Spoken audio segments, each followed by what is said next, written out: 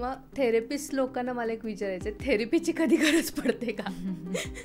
Women's ज्या असतात त्या आपल्या फिलिंग ज्या आहेत त्या रडू शकतात सगळ्यांसमोर, किंवा त्या रडून त्या फिलिंग्स त्या एक्सप्रेस करू शकतात, पण पुरुषांचं तसं नाही आहे. मेन की मेंटल हेल्थ अच्छी रखनी है तो उनको बताने दो उनको क्या प्रॉब्लम है, उनको रोने दो तुम्हारे साथ. उनको मत बोलो कि तुम नहीं रो सकते, बचपन से ही मत बोलो. अगर तुम्हारा बेटा है तो अगर वो रो रहा है तो उसको रोने दो, कोई बुरी बात नहीं है.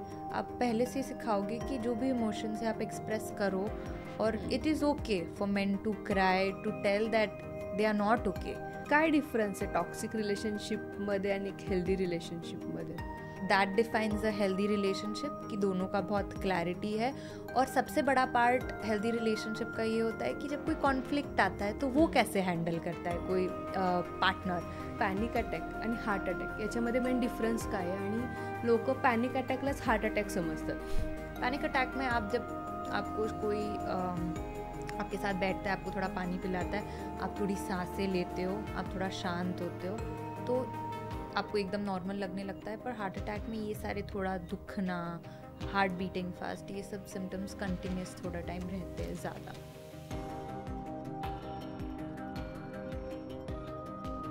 हाय कोमल, कशी आहेस? हाय शिवानी, मी चांगली आहे, तू कशी आहेस? मी पण छान आहे. आम्हाला तुझ्याबद्दल थोडं सांगशील का आपल्या ऑडियन्सना? Yes, first of all thank you for inviting me. माझ्याबद्दल मी प्रॉपर सातारचीच आहे. माझी फॅमिली पण इथलीच आहे प्रॉपर. स्कूलिंग इथंच झालं आणि त्याच्यानंतर ग्रॅज्युएशन पण मी इथंच केलेलं शिवाजी कॉलेजमध्ये. त्याच्यानंतर मी 2 वर्ष पुण्यात होते फॉर माय मास्टर्स. तिथं मी सिम्बायसिसमध्ये MA इन काउन्सिलिंग सायकॉलॉजी केलं. त्याच्यानंतर 1 वर्ष लंडनला गेले. मला फर्दर एक्सप्लोअर करायचं होतं फील्ड. मग तिथं मी MSc चाइल्ड डेव्हलपमेंट केलं. त्याच्यानंतर अल्टिमेटली मला इंडियामध्येच काम करायचं होतं आणि परत आले त्याच्यानंतर म्हणजे 2022. ओके, एज्युकेशन जरी बाहेर झालं असं तुम्हाला सेटल हे इंडियामध्येच व्हायचं होतं. ओके, सो कसा होता एक्सपिरियन्स लंडनचा? लंडनचा एक्सपिरियन्स खूप चांगला होता. तिथं एक्झॅक्टली मला एक्सपोजर पाहिजे होता. ओके, तो फिर जब मैं वहाँ गई और जब मैंने वहाँ से सीखा, वहाँ मैं बहुत सारे कल्चर वाले लोगों से मिली और बहुत अलग अलग फ्रेंड्स बने. उनकी साइकोलॉजी पता चली कि वहाँ लोग कैसे होते हैं, वहाँ का करिकुलम कैसा है और कितना एडवांस रिसर्च है वहाँ, कितना एडवांस उनका मेथड है पढ़ाने का. कि इंडिया में करंटली सिर्फ कि आप पढ़ो, मेमोराइज करो और फिर वो लिख कर आओ, राइट. बट वहाँ पे it was more about critical thinking कि तुम्हें क्या लगता है, ऐसा ऐसा टॉपिक है तो तुमने इसके बारे में पढ़ा, but what are your opinions, तुम्हें क्या लगता है उस बारे में, हे सगळं मग ते एक्सप्लोअर करायचे तिथं, which was very enlightening as an experience. मग तुम्हाला तसं काही डिफरन्स वाटला का इंडियामधलं एज्युकेशन आणि लंडनमधल्या याच्यामध्ये? डिफरन्स तर खूप होता असं मला वाटतं. की इंडियामध्ये फक्त मेमराईज करा आणि ते पेपरमध्ये लिहून या आणि मार्क्स तुमचे जे असतील, मेमरी तुमची केवढी चांगली आहे त्याच्यावर आहे.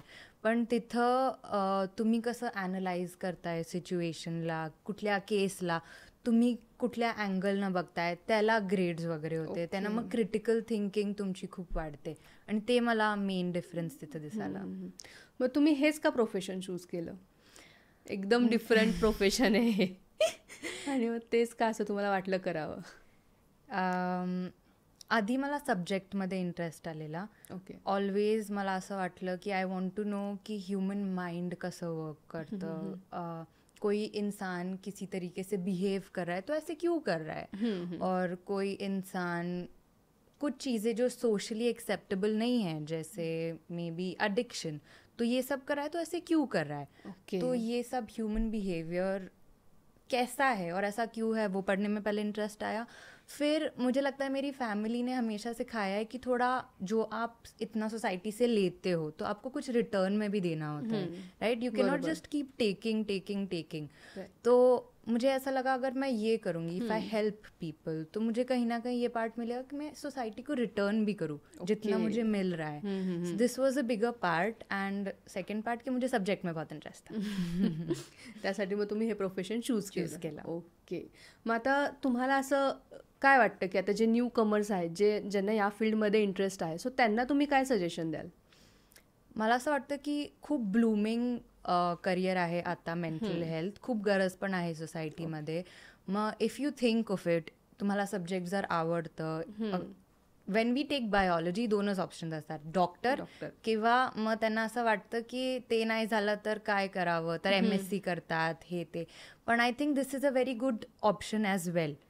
आर्ट्समधनं जर तुम्हाला घ्यायचं असेल तर इफ यू टेक सायकॉलॉजी, तर आय नो स्टिग्मा आहे की तुम्ही मेंटल हेल्थ, मग तुम्हाला असं वाटतं की हां वेड्या लोकांचं ट्रीटमेंट, पण असं नाही आहे. It is a very blooming field, खूप गरज पण आहे and it's also very interesting.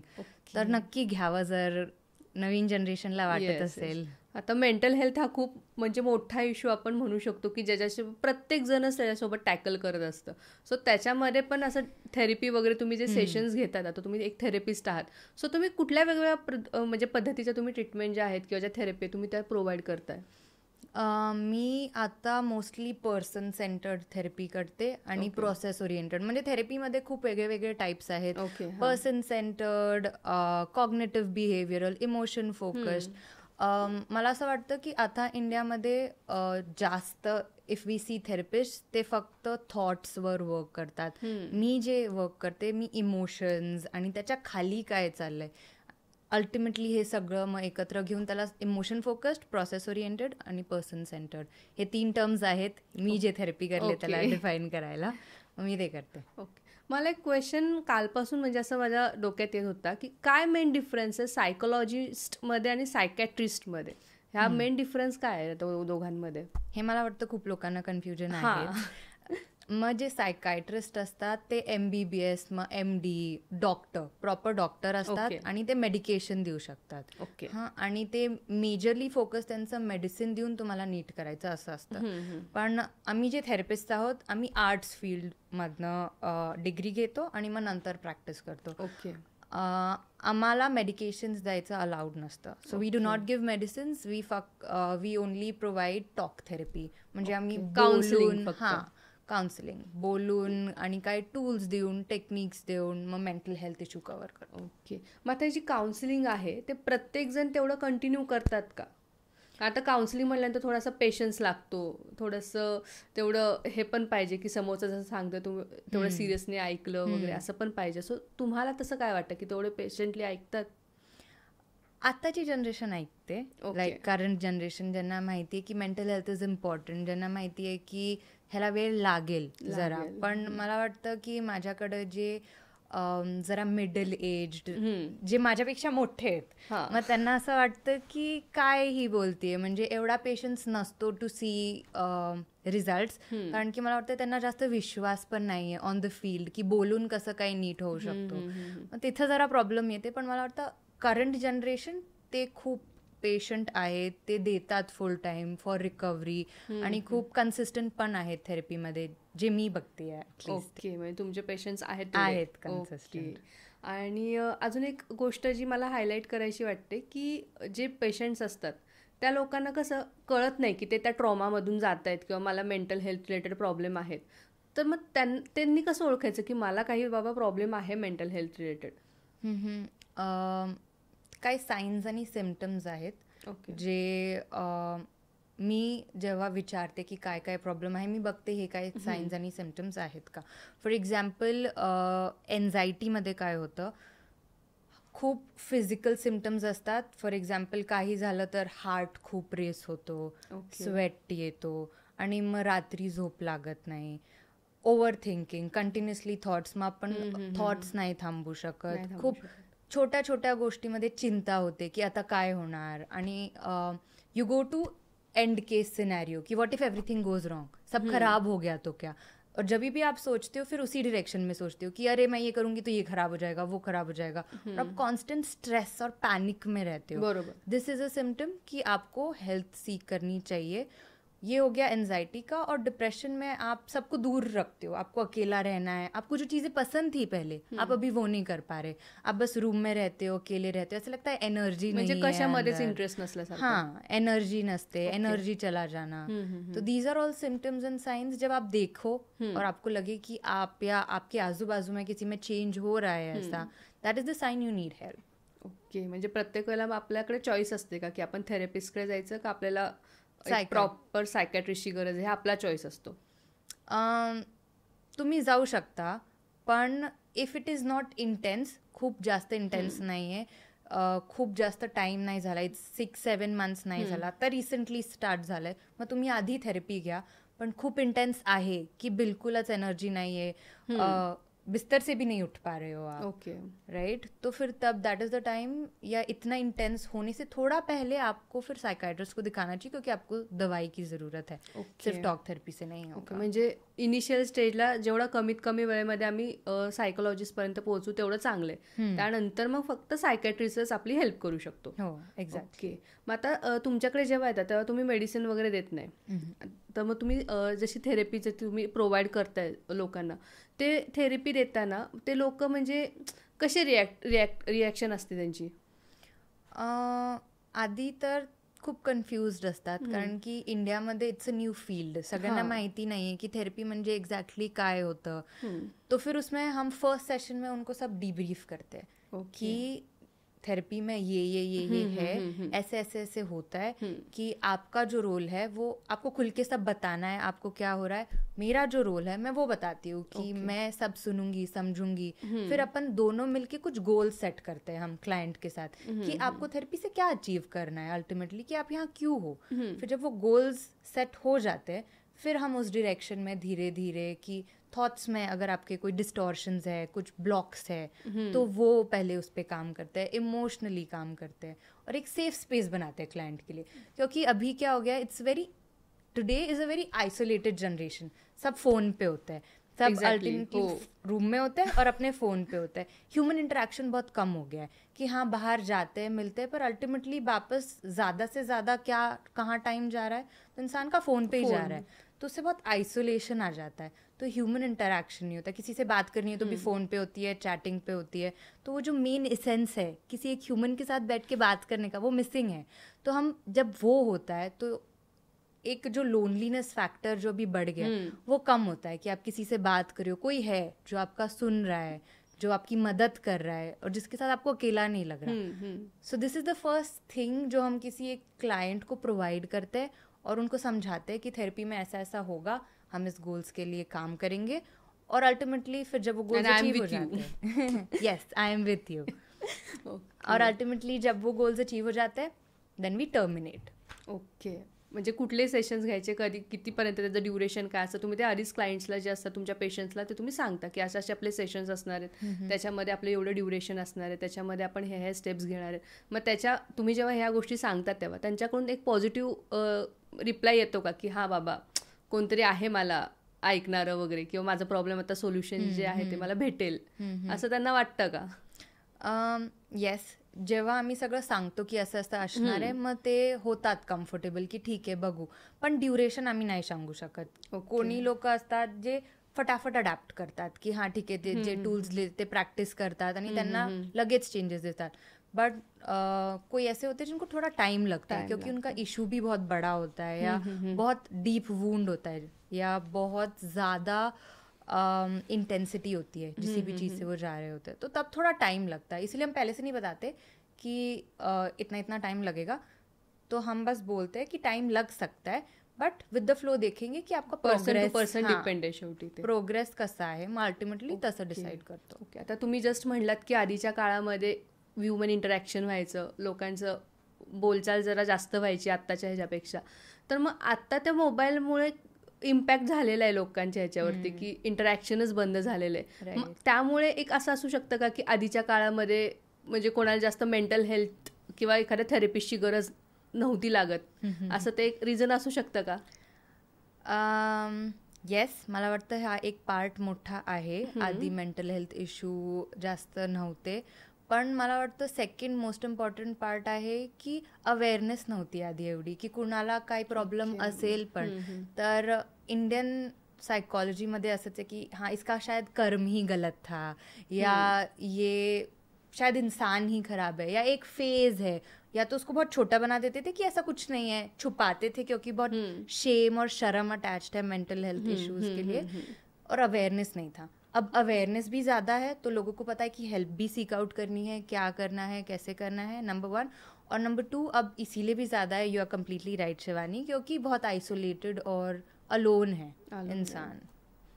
Exactly, त्यामुळे पण असू शकतं. असू शकतं. मग थेरपिस्ट लोकांना मला एक विचारायचं आहे, थेरपीची कधी गरज पडते का? कारण मला डेली बेसिसवरती प्रत्येकाचं काउन्सिलिंग करताय, सो तुम्हाला असं कधी वाटतं का की मला थेरपीची गरज आहे? मला असं खूप लोक विचारतात, पण येस, कंपल्सरी आहे एक थेरपिस्टला स्वतः थेरेपी घ्यायला. बिकॉज हम जब इश्यूज देखते हैं बाकी लोगों के कंटिन्यूसली, तो कहीं ना कहीं वो हमें भी अफेक्ट करता है. प्लस तो वो हम हमारे साथ हमारे पर्सनल लाइफ में, अगर आप किसी चीज़ को इतनी एनर्जी दे रहे हो या अगर आप किसी चीज़ में इतने इन्वॉल्व हो, तो वो आपकी मेंटल हेल्थ को भी अफेक्ट करता है. तो it comes up in a personal life as well. And second part कि जो हमारी पर्सनल लाइफ में जो स्ट्रेस है, इशू है, तो जब हम किसी क्लाइंट के साथ बैठते हैं तो वो हम बाजू में कैसे रख के सिर्फ क्लाइंट के लिए उस टाइम अवेलेबल हो. तो इस सब के लिए हमें हमारा सारा स्ट्रेस एंजाइटी प्रोसेस करना पड़ता है एक थेरेपिस्ट के साथ पहले. तो इट इज़ कंपल्सरी. वैसे तो इंडिया में अभी that is not a practice eight, but जब मैं लंदन से पढ़कर आई और जहाँ मैंने काम किया, तो all of them in general it is very important कि हम खुद एक थेरेपिस्ट के पास जाए, हमारे इश्यूज पहले रिजॉल्व करें, ताकि हम हमारे क्लाइंट्स के लिए 100% अवेलेबल और प्रेझेंट रहे. ओके, म्हणजे वीकली एकदा सेशन्स तुम्हाला हे कंपल्सरी घ्यावेच लागतात. येस, म्हणजे एका थेरपिस्टला एका थेरपिस्टची गरज आहे आणि माझ्या थेरपिस्टला पण एक थेरपिस्ट, म्हणजे ही लिंकच आहे. ओके, तुम्हाला असं तुम्ही जज करता का तुमच्या पेशंटला? जज ॲज सच नाही करत. आमची ट्रेनिंगच तशी असते की judgement out of the room. जेव्हा तुम्ही रूममध्ये येता, judgement out of the room ठेवून या. कारण की आम्ही जेव्हा कोणी आमच्या समोर बसतो, आम्ही त्याला जज करण्यापेक्षा त्याला अंडरस्टँड आणि त्याला की आम्ही जरा क्युरियस असतो की हा बिहेवियर का आहे, की असं का झालं, असं काय प्रॉब्लेम होती की जेव्हापासून हे सगळं सुरू झालं. So it is very important for us to understand की तुम्ही कुठनं येत आहे, like what is the point you started all of this. मग ते जेव्हा आपल्याला कळतं, पण कसं कोणाला जज करू शकणार. It is very difficult. It is very difficult, right. आता ह्याच्याबद्दल अवेअरनेस थोडा आत्ता जस्ट स्प्रेड व्हायला लागलेला आहे आत्ताच्या जनरेशनमध्ये वगैरे. पण अजूनही काय काय लोक जे आहेत ते थेरपी म्हणले की घाबरतात, त्यांना असं, मग ते इग्नोर करतात. मग ते इग्नोर करायचं मेन रिझन काय आहे? मला असं वाटतंय की इंडियामध्ये कोणाला मेंटल इश्यू किंवा स्ट्रेस किंवा एन्झायटी काही पण आलं, मग आता जरा कमी झालं आहे, पण तरी आहे स्टिग्मा अबाउट की ठीक आहे, कोणाला कळालं की ह्याला जरा मेंटल इश्यू आहे, मग लग्न कसं होणार, समाजात काय बोलणार की आमच्या मुलाला काहीतरी प्रॉब्लेम आहे. मग खूप शेम अटॅच्ड आहे इंडियामध्ये मेंटल हेल्थ इश्यूला, की जर असं काही झालं म्हणजे सगळे बोलणार की इंडियामध्ये कर्मा योर कर्मा हा एक खूप मोठा कॉन्सेप्ट आहे की जर तुमच्यासोबत काय होत असेल, if you have some issue, that means की तुम्ही काय बॅड कर्मा केलेले. मग ते पण लोक बोलतात की आय थिंक ह्यांनी बॅड कर्मा केले, ह्या फॅमिलीमध्ये काहीतरी प्रॉब्लेम, नशिबाला पण कधी कधी दोष देतात. एक्झॅक्टली, माझ्या नशिबातच तसं आहे म्हणून. मग खूप असं टॅबू कन्सिडर करतात मेंटल हेल्थला. मग हेल्प कशी how to ask for help, it is very difficult. जेव्हा कोणी सपोर्टच करत नाही आहे, सगळे लोक बॅड लाईटमध्ये बघतायत तुम्हाला, तर मग लपवा, कसं तुम्ही लपवू शकता त्याच्यावर जास्त फोकस आहे की हेल्प घेऊन कसं नीट करू शकतो. मग त्या पर्सनला पण असं कुठेतरी असं एक दुसऱ्यांपेक्षा एक वेगळं असल्यासारखं पण तरी फिलिंग येत असेल की मला काहीतरी खूप मोठा आजार झाला असतो. तो मेंटल हेल्थ हा एकदम, म्हणजे तसं बघायला गेलं तर त्याला जर व्यवस्थित ट्रीटमेंट केली तर तो तसा बरा होण्यासारखा, फिजिकल हेल्थ सारखाच आहे. किंवा पाय दुखतोय मग ट्रीटमेंट घ्या, की बरं नाही वाटत आहे तर ट्रीटमेंट घ्या. पण ह्याला अजूनही ते इग्नोर करतायत. मग ह्याला आता मेंटल हेल्थ अजून लोकांपर्यंत अवेअर होण्यासाठी वगैरे तर तुम्हाला काय स्पेशली वाटतं की आपण काय केलं पाहिजे? मला असं वाटतंय मेजरली मेंटल हेल्थ इश्यूज कुठं स्टार्ट होतात तर चाइल्डहुडमध्ये. Okay, when you grow up, की काय काय एक्सपिरियन्सेस होते, आणि जेव्हा तुम्हाला चाइल्डहुडमध्ये काय डिफिकल्ट किंवा ट्रॉमॅटिक एक्सपिरियन्स झाले, डिफिकल्ट एक्सपिरियन्स झाले, जेव्हा तुम्हाला गरज होती पेरेंट्सची, केअर गिव्हर्सची, ते होते नव्हते, कोण होतं, कसं हे सगळं हँडल झालं, त्याच्यावर खूप डिसाईड होतं की फ्युचरमध्ये तुमची मेंटल हेल्थ कशी असणार when you are growing up. त्याच्यावर खूप जास्त इम्पॉर्टन्स आहे. मग तेव्हापासनं जर तुम्ही त्यांना सांगितलं की मेंटल हेल्थ इज इम्पॉर्टंट, काय इश्यू आला तर अशी आपल्याकडे ट्रीटमेंट आहे, हे वेज आहे, आपण ते सगळं करू शकतो, तेव्हापासनं जर अवेअरनेस क्रिएट केला, सांगितलं, तर मला वाटतंय की खूप हेल्पफुल एन्व्हायरमेंट होईल मेंटल हेल्थ इश्यूजला टॅकल करायसाठी, आणि खूप इझी पण होईल लोकांना एक्सेप्ट करायला की हां बाबा कोणाला तरी मेंटल हेल्थ इश्यू आहे, कारण की त्या जनरेशनपासूनच आपण त्यांना इन्फॉर्मेशन देतोय की it's okay, it is natural, की असं होतं, काही मोठं प्रॉब्लेम नाही आहे. एवढी अवेअरनेस स्कूलपासनं क्रिएट केल्यावर, पेरेंट्सला सांगितल्यावर, हे सगळं जेव्हा आपण करतो तेव्हा मला वाटतंय की एक नीट, चांगला, क्लीन, हेल्दी एन्व्हायरमेंट मेंटल हेल्थसाठी उभा राहील. मग आता हे चाइल्ड जे असतात, जे स्कूलमध्ये वगैरे जात आहेत, तर स्कूलमध्ये असं कुठला अवेअरनेस कॅम्प वगैरे असं रन केलं जातात का त्यांच्यासाठी? सध्या मला असं वाटतंय कि स्कूल में बहुत सारे स्कूल काउंसलर्स होते हैं, सिटीज में तो होते हैं. अभी थोड़ा रूरल एरिया में थोड़ा प्रॉब्लम है कि अभी तक उतना अवेयरनेस नहीं है, बट सिटीज में शुरू हो गया है. अभी मैं पुणे में प्रैक्टिस करती हूँ, तो पुणे में हर स्कूल में है कोई एक स्कूल काउंसलर, प्लस वहाँ पेरेंट्स भी, अभी जो नए जनरेशन के पेरेंट्स हैं वो है थोड़े अवेयर कि हमारा बच्चा शायद स्कूल नहीं जा रहा है या बहुत अकेला रहता है, ज़्यादा फ्रेंड्स नहीं है, तो वो हो जाते हैं थोड़े टेंशन में कि ठीक है हमें कुछ हेल्प करना है, मतलब हमें देखना है कि हमारे बच्चे को क्या हुआ है.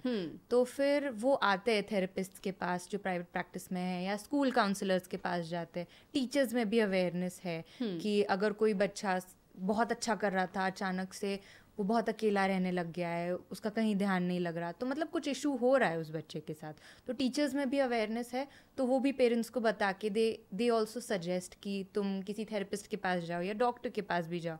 तो वो अवेयरनेस अभी क्रिएट हो गया है सिटीज में. तो ओके, म्हणजे सिटीमध्ये आहे बऱ्यापैकी तेवढा अवेअरनेस लोकांमध्ये.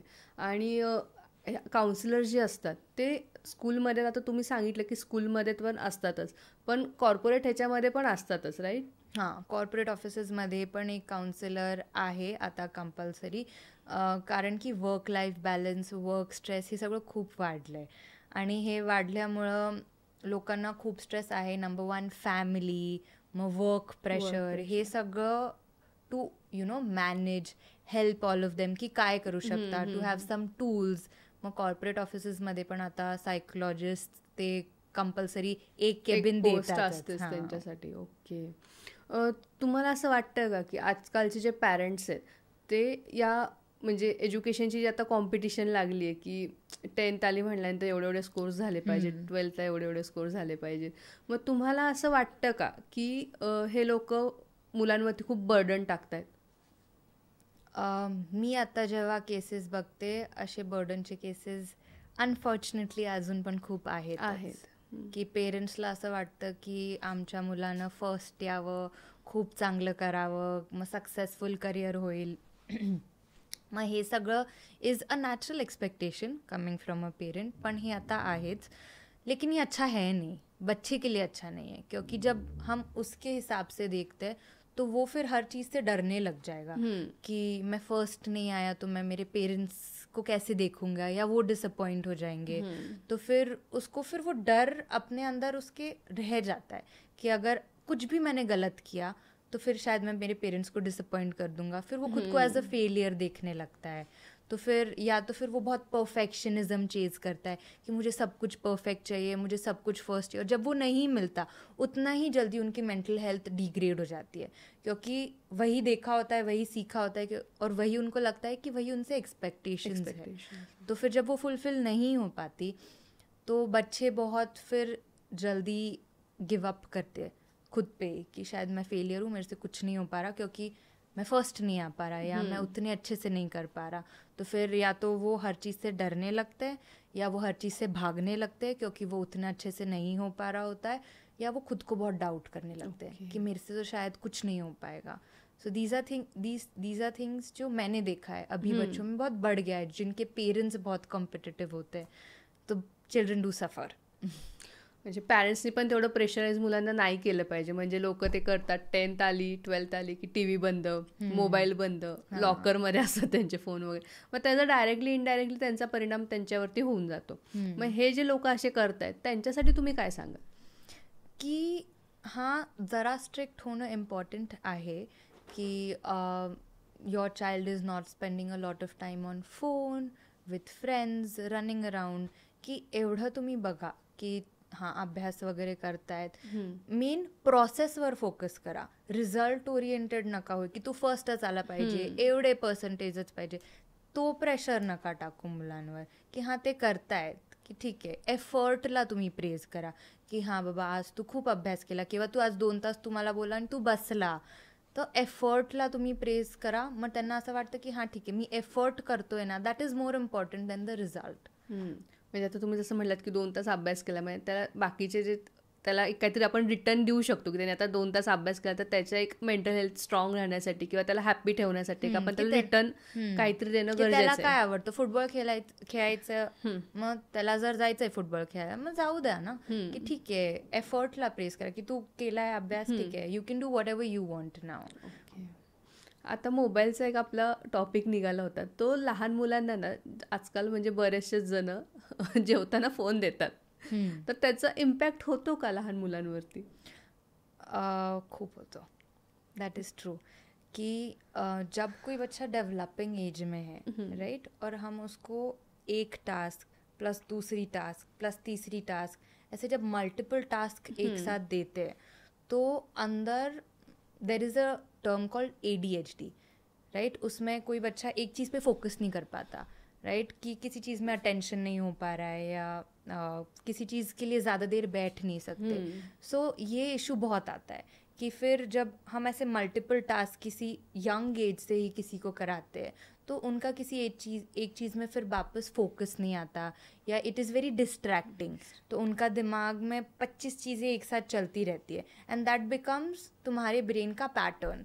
फिर it is very difficult to break out of it. जब बाद में जब आप बच्चे को फ़ोन नहीं दे रहे हो पर फिर भी उसके दिमाग में बहुत सारी चीज़ें चल रही है, वो एक चीज़ पे फोकस नहीं कर पाता, ना वो पढ़ाई के लिए बैठ सकता है, ना वो खाते वक्त फिर शांति से बैठ सकता है या बात कर, उसको फिर कुछ ना कुछ चाहिए. क्योंकि हमने ही आदत लगा दी है पहले से कि खाना खाते वक्त आप फ़ोन देखो. म्हणजे आजपासून मुलांना जेवायला देताना फोन देणं हे स्ट्रिक्टली मल्टिपल टास्क नका करू मुलांना, त्यांना एकच जे आहे ते. ओके. मग त्यांना एंगेज ठेवण्यासाठी आता शांत बसून हे करण्यासाठी आता जे कळतात त्या मुलांचं तर ठीक आहे, बट ज्यांना कळतच नाही आहेत मग त्या मुलांना एंगेज ठेवण्यासाठी पॅरेंट्सनी काय केलं पाहिजे? की पेरेंट्सनी पण त्यांच्यासोबत बसायला पाहिजे, काय गेम्स खेळायला पाहिजेत. व्हेरियस ॲक्टिव्हिटीज यूट्यूबवर खूप आहेत आता की तुम्ही तुमच्या मुलांसोबत काय ॲक्टिव्हिटीज करू शकता. एनिथिंग की तुम्ही रोल प्ले पण करू शकता मुलांसोबत. की आता मुलं दे लव्ह टू प्ले. जेव्हा आपण लहान असतो all we want is love to play. मग तुम्ही त्यांच्यासाठी काहीतरी क्विझेस किंवा काही गेम्स असं तुम्ही स्वतः इन्व्हॉल्व्ह होऊन त्यांच्यासाठी तुम्ही करू शकता. That is the best for your child की तुमचं इन्व्हॉल्वमेंट आणि एक ॲक्टिव्हिटी एक टाइम पैकी ॲक्टिव्हिटी, दॅट्स इट. टाइम देणं थोडक्यात आणि त्यासोबत ते इन्व्हॉल्व्ह होऊन तेवढे ते गेम जे ते खेळणं, हे सगळ्यात एफर्ट आहे पेरेंट्सला हे सगळं करायला. पण that is the best thing for your child's mental health की तुम्ही राहा, स्क्रीन बाजूला ठेवा आणि काही ॲक्टिव्हिटी एकत्र करा, बुक रीड करा, त्यांना काहीतरी खेळू द्या, तुम्ही खेळा त्यांच्यासोबत. That is the best thing. मग वर्कलोडमुळे आता जसं की आपण डिस्कस करतोय, वर्कलोडमुळे ना पॅरेंट जे ते टाइम देऊ शकत नाही आहेत स्टुडंट आपलं त्यांच्या चाइल्डला. सो ते सगळं मॅनेज करणं पण त्यांच्यासाठी खूप डिफिकल्ट होत असतं, कारण ते पण जात आहेत वर्क स्ट्रेसमध्ये जात आहेत, त्यांना पण फॅमिली प्रेशर आहे, ह्या सगळ्या गोष्टी आहेत. मग ते दोघं पण चाइल्ड पण आणि पॅरेंट्स पण दोघं पण एकसाथ मेंटल हेल्थमधून कुठे ना कुठे म्हणजे स्ट्रेसफुल फील करतात का? हो, हे एक खूप मोठी प्रॉब्लेम आहे की पेरेंट्स खूप बिझी आहेत आणि मग चाइल्डला तेवढा टाइम नाही देऊ शकत. आणि पेरेंट्सची mental health is the most important factor कि अगर किसी पेरेंट की मेंटल हेल्थ कैसी है वही देख के वो चाइल्ड वो सीखता है कि अगर आपकी मेंटल हेल्थ, आप स्ट्रेस को कैसे हैंडल करते हो. कि अगर बच्चा गिर गया तो जब वो गिरता है वो पहले मम्मी पापा को देखता है कि उनका क्या रिएक्शन है. हाँ, तो फिर अगर आपका रिएक्शन बहुत एक्सट्रीम है तो वही वो बच्चा सीखने वाला है कि अगर मैं गिर गया तो मेरी मम्मी डर गई तो मुझे भी डरना है, राइट. तो आपको पहले आपके मेंटल हेल्थ पे काम करना बहुत इंपॉर्टेंट है. अगर आप चाहते हो कि आपके बच्चे की मेंटल हेल्थ अच्छी हो, आप स्ट्रेस को कैसे मैनेज कर रहे हो, आप जब आपके बच्चे के साथ प्रेजेंट हो, आप हो क्या कि ठीक है आपने काम कर दिया, पर आप आपका काम ऑफिस में छोड़ के और आप आ रहे हो घर पे, या घर पे भी बच्चे के सामने सिर्फ काम ही चल रहा है, तो फिर बच्चे को वो फील होता है कि मेरी मम्मी पापा है मेरे पास पर मेरे साथ नहीं है, फिजिकल अवेलेबल है, मेंटली नहीं है. इट इज़ वेरी इंपॉर्टेंट कि आप खुद एज अ पेरेंट पहले आपकी मेंटल हेल्थ पे काम करो, आप वो वर्क लाइफ बैलेंस मेंटेन करो, आप हेल्दी प्रॅक्टिसेस करो, तो अपने आप वो बच्चा भी सीख जाएगा आपसे. ओके.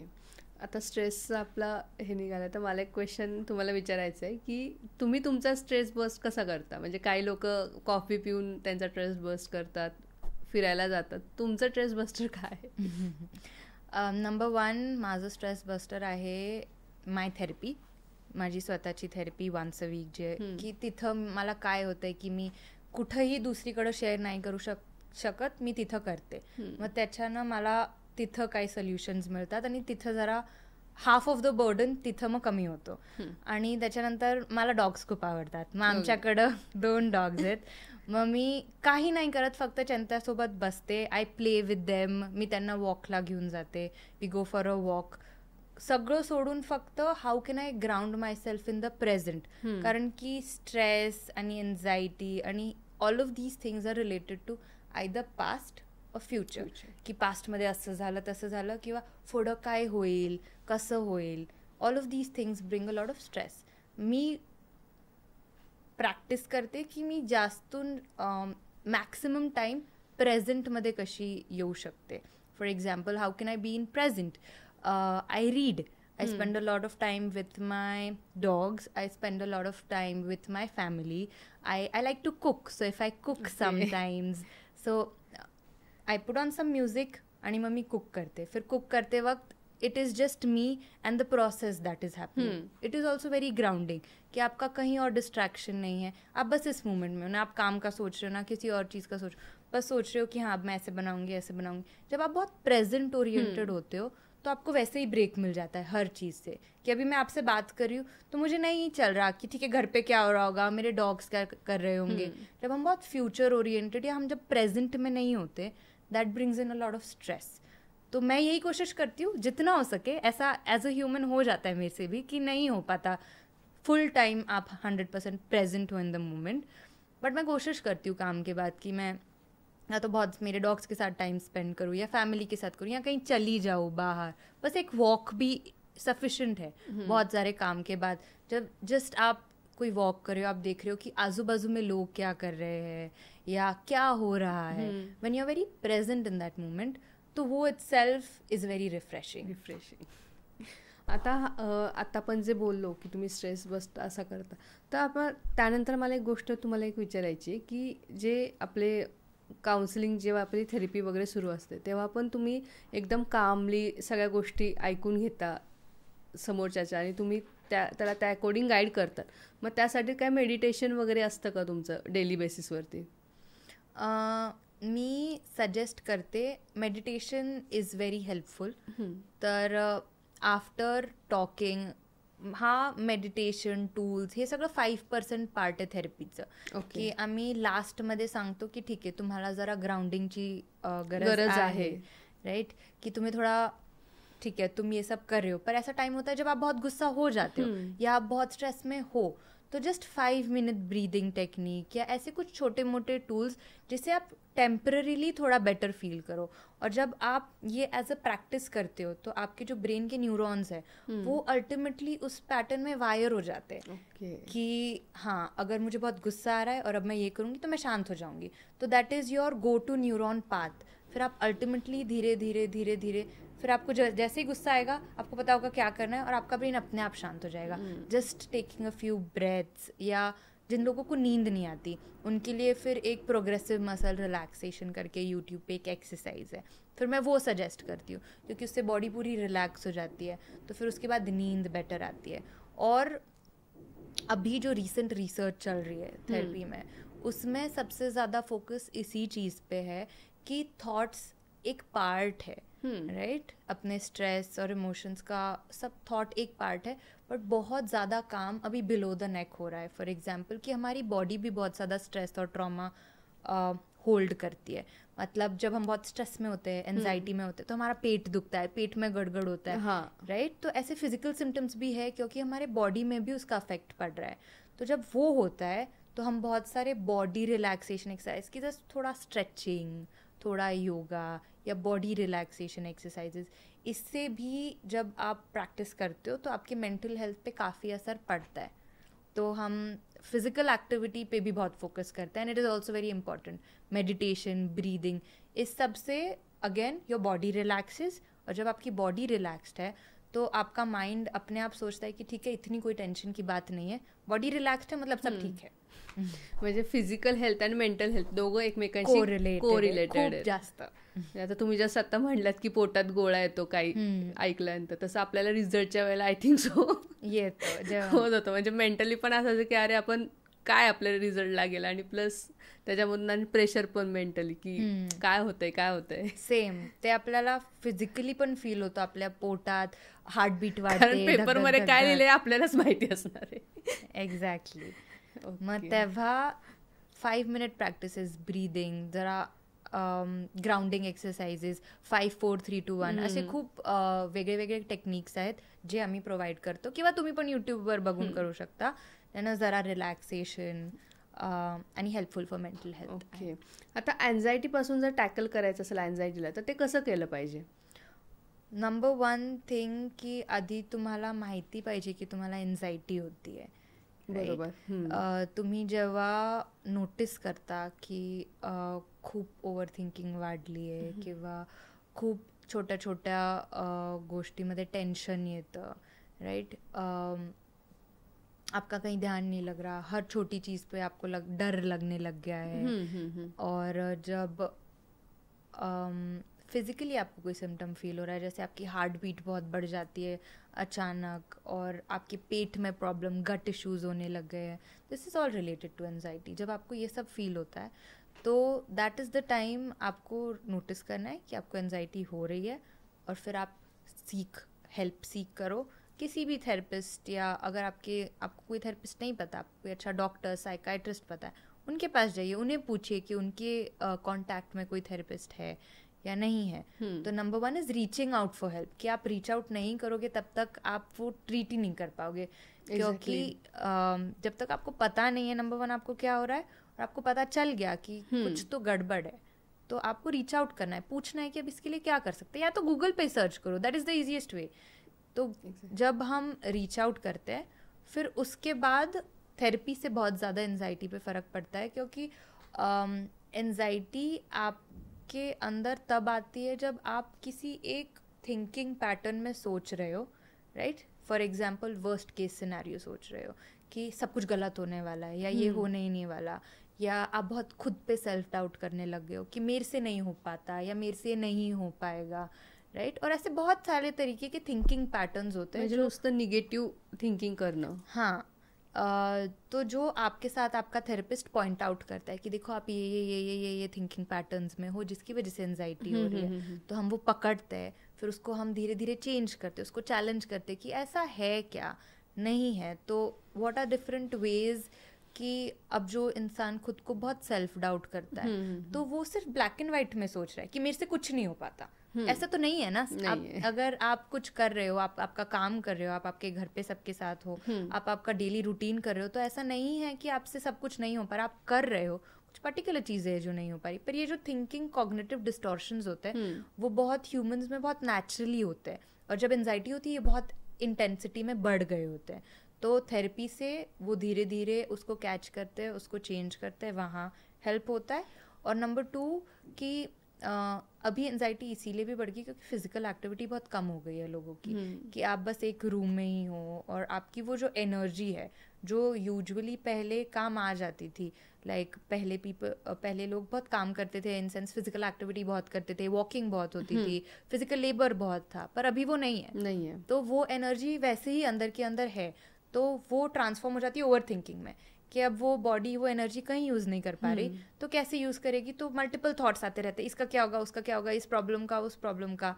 तो physical activity is a very important part anxiety को ट्रीट करने का, कि आप थोड़ी, आपका कुछ ना कुछ फिजिकल एक्टिविटी होना चाहिए, भले ही वॉकिंग ही क्यों ना हो, या घर पे थोड़े स्ट्रेचेस या योगा हो, राइट। तो इससे भी ट्रीट कर सकते हैं। और number 3, a sense of community, कि आपके घर पे आपको सब समझ रहे हैं क्या, कि कम्युनिकेशन होते का तुमचं हाँ, त्यांच्याशी, आप किसी के पास शेयर कर पा रहे हो कि आपको क्या हो रहा है, आपके फ्रेंड्स हैं क्या, और आपकी जो दिक्कतें हैं आप कहीं एक्सप्रेस कर पा रहे हो क्या। जब ये सब नहीं होता, ये और जो अब कम हो गया है वैसे, क्योंकि लोग बहुत आइसोलेटेड है अगेन, Exactly. तो लोग ज़्यादा शेयर नहीं करते, और अगेन पेरेंट्स बहुत बिजी है, तो फिर बच्चों को ऐसे लगता है कि, या पेरेंट्स बहुत स्ट्रेस में भी होते हैं, तो बच्चे बहुत जल्दी पिकअप कर लेते हैं कि अगर वो ऑलरेडी स्ट्रेस में है तो मैं ये बताऊंगा या बताऊंगी तो और स्ट्रेस में आ जाएंगे, तो मुझे वो ऐड नहीं करना, तो वो स्पेस नहीं मिल पाती।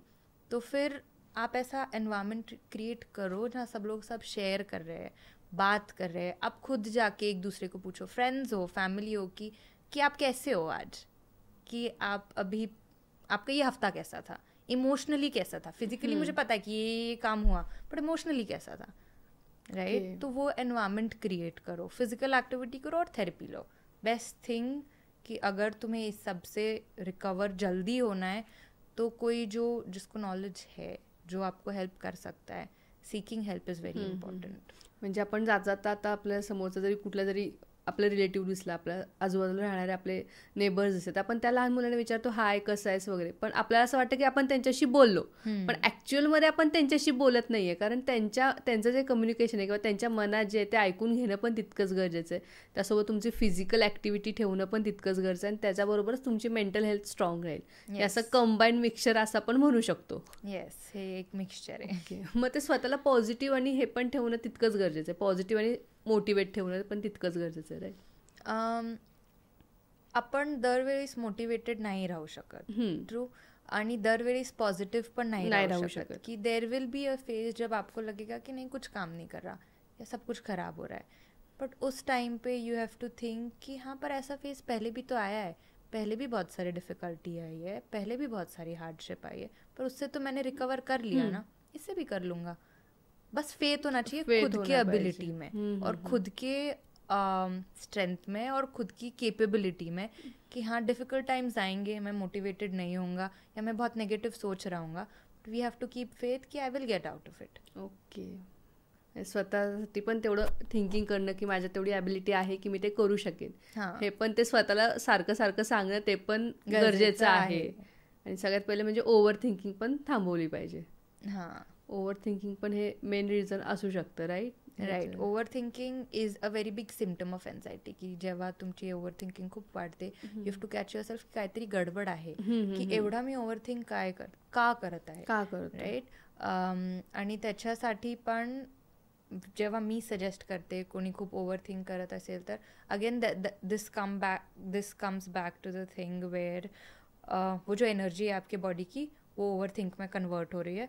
तो हम सजेस्ट करते कि आप ये एनर्जी एक्सप्रेस करने में यूज़ करो. तो मैं बहुत जर्नलिंग सजेस्ट करती हूँ अपने क्लाइंट्स को कि ठीक है, आपको बहुत सारे थॉट्स आ रहे हैं एक साथ, तो आप एक बुक लो, एक पेन लो और बैठो 1 घंटा, सारे थॉट्स लिखो. रोज़ आ रहे हैं, रोज़ 1 घंटा निकालो और सारे थॉट्स लिखो. तो वो जो आपकी बॉडी की एनर्जी है जो ओवर थिंकिंग में जा रही है वो अल्टीमेटली एक्सप्रेस करने में जाएगी. और धीरे धीरे यू विल सी कि आपकी ओवर थिंकिंग बहुत कम हो गई है, क्योंकि आपका ब्रेन का न्यूरॉन ऐसे या न्यूरल पाथवे ऐसे वायर हो गया है कि ठीक है, मुझे बहुत सारे थॉट्स आएंगे तो मेरे पास एक टाइम है या वो 1 घंटा है जहाँ मैं सब एक्सप्रेस करने वाला हूँ, तो अभी छोड़ दो, it's easy to let go. तो फिर जब ब्रेन वैसे न्यूरल पाथवे वायर हो जाती है तो इट इज़ ईजियर कि आप ओवर थिंकिंग रोक सकते हो. और फिर अल्टीमेटली जब आप वो 1 घंटा बैठ के सब लिखते हो या एक्सप्रेस करते हो, उसी में वो सारी एनर्जी एग्जॉस्ट हो जाती है, फिर ओवर थिंकिंग काफ़ी हद तक कम हो जाती है. बट ये बहुत क्विक फिक्स सोल्यूशन है. थेरेपी में ऐसा होता है कि हम स्टार्ट ऐसे करते हैं कि आपको हो क्यों रही है, कि क्या ऐसी चीज़ है जिस बारे में आपको ओवर थिंकिंग हो रही है, ऐसे कौन से डर है, ऐसा कौन सा स्ट्रेस है. तो जब वो एक्सप्रेस करते हैं, जब वो हम थोड़ा एट द कोर क्या हो रहा है वो सब पता चलता है, तो इट इज़ ईजियर. आपको भी पता चलता है क्या हो रहा है और it is easier to let go कि ठीक है, ऐसे ऐसे हो रहा है, कोई बात नहीं, ठीक हो जाएगा.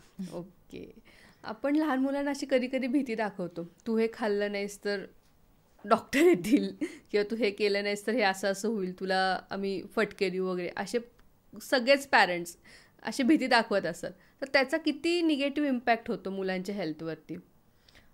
असं थोडंफार काही होत नाही, की ठीक आहे थोडंफार जेव्हा आपण बोलतो की हां बाबा खा, because that is more important, खाणं इज मोर इम्पॉर्टंट.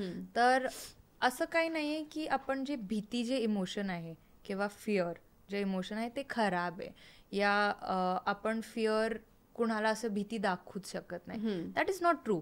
फिअर एक खूप हेल्पफुल इमोशन आहे. फॉर एक्झाम्पल आता एन्शंटली काय व्हायचं, फिअर आपल्यामध्ये ॲज अन इमोशन आहे to keep us safe, right? कि एक टाइगर आ गया सामने, या पहले तो ऐसे ही होता था कि आप जंगल में रहते थे, आपको डर के ही रहना पड़ता था, नहीं तो आप मर जाओगे, राइट? कोई भी एनिमल आ जाएगा, कोई भी प्रेडेटर आए, कुछ भी हो सकता है.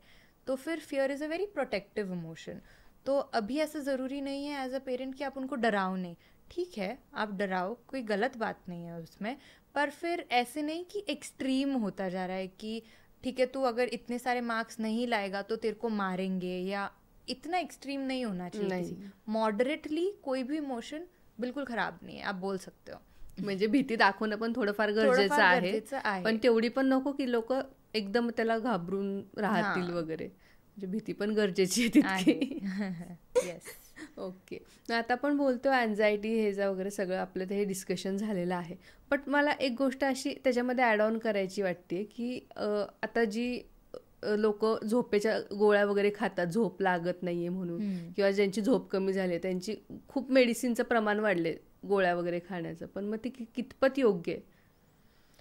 म्हणजे डॉक्टर लिहून देतात ती गोष्ट वेगळी, पण ते स्वतःच्याच मनाने कधी कधी खातात बिकॉज ऑफ ते ॲक्च्युली मेंटल ट्रॉमामधून निघून चाललेले असतात. मग तेव्हा ते कसं म्हणजे टॅकल करायचं त्यांनी?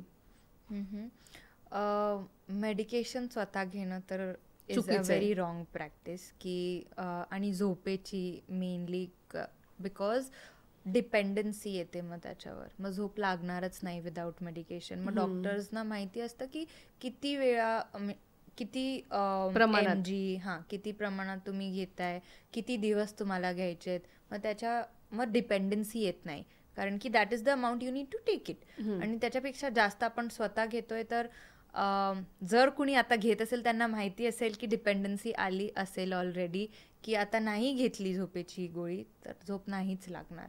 So it is a very wrong practice. Number 1, तुम्ही डॉक्टरांना दाखवा, प्रिस्क्राईब मेडिकेशन घ्या, किती ते सांगतायत, किती दिवस सांगतायत तेवढंच घ्या, that is okay.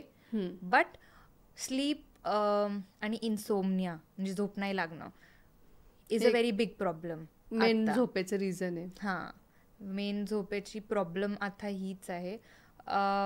It is also very much interrelated to anxiety किंवा regular stresses that we have and mobile use.